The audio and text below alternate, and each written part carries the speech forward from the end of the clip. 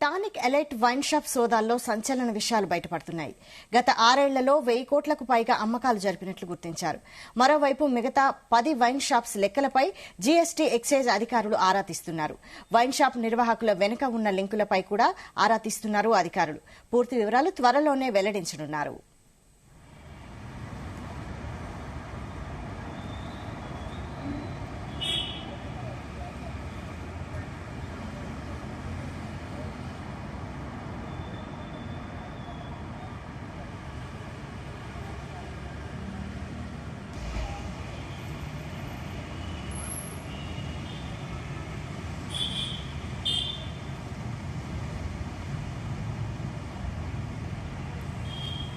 Tonic Elite wine shop సోదాల్లో సంచలన విషయాలు బయటపడుతున్నాయి. గత 6 ఏళ్లలో 1000 కోట్లకు పైగా అమ్మకాలు జరిపినట్లు గుర్తించారు. మరోవైపు మిగతా 10 వైన్ షాప్స్ లెక్కలపై జీఎస్టీ ఎక్సైజ్ అధికారులు ఆరా తీస్తున్నారు. వైన్ షాప్ నిర్వాహకుల వెనుక ఉన్న లింకులపై కూడా ఆరా తీస్తున్నారు అధికారులు. పూర్తి వివరాలను త్వరలోనే వెల్లడించనున్నారు. దీనిపై మరింత సమాచారం మా ప్రతినిధి రవితేజ అందిస్తారు. రవితేజ, టానిక్ వైన్స్ వ్యవహారంపై జీఎస్టీ విజిలెన్స్ అధికారుల యొక్క సోదాలు ఇంకా కొనసాగుతూనే ఉన్నాయి.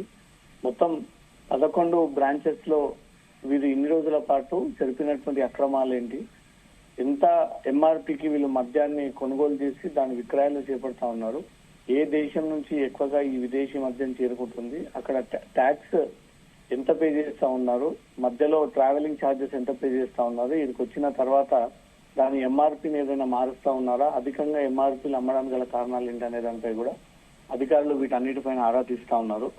ఈ 6 ఏళ్లలో మొత్తం 1000 కోట్లకు పైగా అమ్మకాలు జరిపినట్టుగా కూడా ఇటీవల జరిపినటువంటి ఈ సోదాల్లో ఈ అంశం గుర్తించడం జరిగింది అధికారులు. మిగతా 10 క్యూబై టానిక్ వైన్ షాప్ల లెక్కలకు సంబంధించి జీఎస్టీ ఎక్సైజ్ శాఖ అధికారులు పూర్తి వివరాలు ఆరా తీస్తా ఉన్నారు. టానిక్ ఎలైట్ వైన్ షాప్ కోసం 2016లో గత ప్రభుత్వ స్పెషల్ సెక్రటరీ హోదాలో ఉన్నటువంటి అజయ్ మిశ్రా ఈ జీవోను విడుదల చేశారంటూ కూడా అధికారుల ఇన్వెస్టిగేషన్ లో ఈ వ్యవహారం వెలుగులోకి వచ్చింది. జూబ్లీ హిల్స్ ప్రశాసన్ నగర్ అడ్రస్ తో ఉన్నటువంటి అమిత్ రాజ్ లక్ష్మారెడ్డి పేరుతో Tonic Elite wine shop licence జారీ అయినట్టుగా కూడా దానికి సంబంధించిన అన్ని జీవో సర్కులర్ కాపీస్ ని కూడా అధికారులు దాన్ని స్వాధీనం పరుచుకుని వాటన్నిటిపై కూడా విచారణ జరుపుతా ఉన్నారు.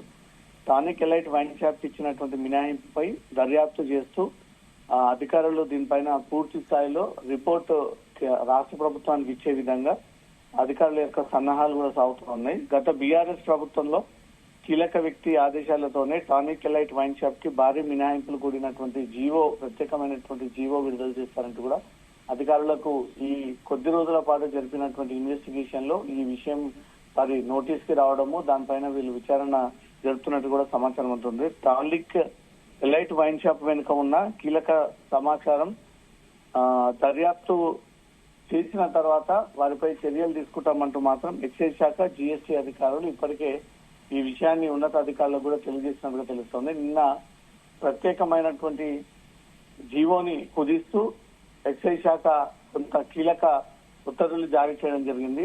టానిక్ వైన్స్ దుకాణం మొన్నటి వరకు ఈ సోదాలు జరగమున్నంత వరకు కూడా అర్ధరాత్రి 2 గంటల వరకు ఇవి ఓపెన్ గా ఉండేది, మద్యాన్ని ఎప్పుడు పడితే అప్పుడు కొనుగోలు చేసేది. కానీ నిన్న మాత్రం ఎక్సైజ్ శాఖ కేవలం 11 గంటల వరకే మద్యం విక్రయాలు జరపాలి, అంతకు మించి విక్రయాలు చేపడితే మాత్రం ఎక్సైజ్ శాఖ కీలక చర్యలు తీసుకోబోతోంది మీ పైన అంటూ కూడా ఈ ఆదేశాలు కూడా జారీ చేయడం జరిగింది. దానికి అనుగుణంగా ఇప్పటి నుంచి టానిక్ వైన్స్ షాప్స్ ఎక్సైజ్ శాఖ రూల్స్ అండ్ రెగ్యులేషన్స్ ప్రకారంగానే నడుచుకునేటువంటి అవకాశాలు కనబడతా ఉన్నాయి.